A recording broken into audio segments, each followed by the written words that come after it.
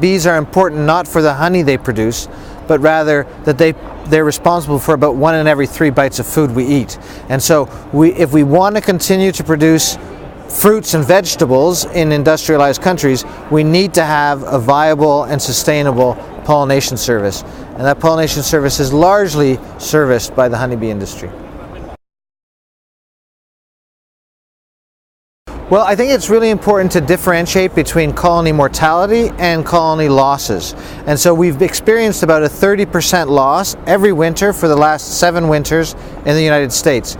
But actually the number of colonies managed in the United States has been relatively stable or slightly increased. And that's because beekeepers are able to replace their colonies very quickly. So you have a dead colony and a live colony, and you can split that live colony in half, and then you have 2 colonies. So beekeepers are actually hedging their bets. They're trying to keep more colonies alive going into the winter, expecting this 30% loss so that they can make their pollination demands.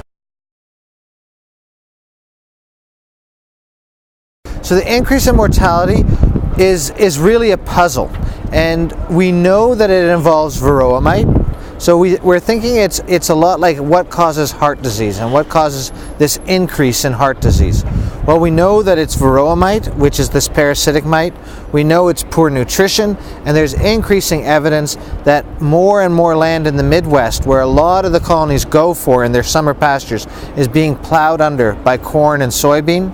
We also know that there's probably increased exposures to pesticides, although not one pesticide is standing out, to be honest.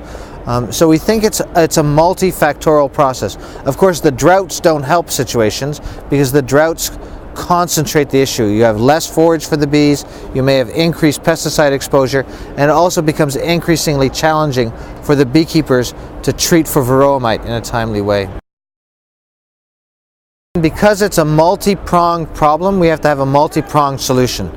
I think we need to make sure that there's bee forage in the environment, and so we need to dedicate a certain percentage of agricultural land to the production of bee forage. I think that's an important step. We also have to reconsider our pesticide use practices and our labeling. For instance, fungicide is never considered a problem for bees, and indeed bees can swim in fungicide and come out fine. But we're seeing increasing evidence that it may have this sublethal effect that affects a generation later the bees produced. And so we have to reconsider how we label and value the risk of pesticides. Also, we look at the United States and we see that all the corn and all the soybeans are treated with these neonicotinoid pesticides. They're very good pesticides in the fact that they require a lot less of the active ingredient in the environment. But do we really need to have every single corn stalk in America treated with this product? And so I think we need to reconsider some of our policy there.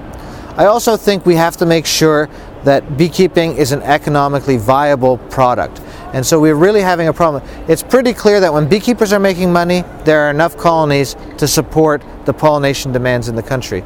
And so we need to make sure that there's fair and equal trade across trading barriers, and we need to make sure that they can make a living doing